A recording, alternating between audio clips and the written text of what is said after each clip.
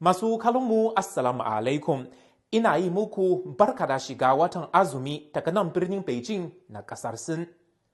A halin yanzu ana gudanar da shagulgula masu ƙayatarwa iri-iri a duk fadin ƙasar Sin don murnar shiga sabuwar shekarar gargajiya ta al'ummar ƙasa, wato shekarar doki ta bana. A jajibirin sabuwar shekarar, an kunna fitilu masu kyan gani a birane da garuruwa, inda yanayin annashuwa da jin daɗi ya game ko'ina.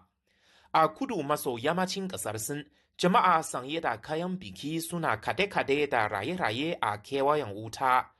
Sa'annan a yankin arewa maso gabashin ƙasar, wasannin al'adu iri-iri da ake gudanarwa suna nishaɗantar da mutane a wannan yanki mai dusar kankara.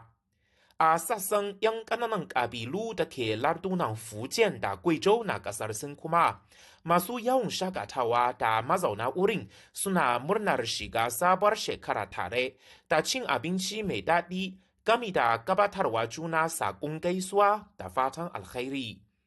A yayin hutun sabuwar shekara kuma, mutane suna matuƙar sha'awar zuwa bukukuwa na nuna al'adun gargajiya da kasuwannin sayar da furanni gami da kallon wasannin gargajiya masu ƙayatarwa. Haka kuma ana gudanar da raye-rayen dabbar dragon da zaki a wurare daban-daban, al'amarin da ya samu karbuwa da maraba sosai daga masu kallo. Har wa yau, masu yawon bude ido da dama sun hau kan ƙololuwar wasu shahararrun tsaunukan ƙasar Sin da zumar yin addu'o'in zaman lafiya da jin daɗin rayuwa.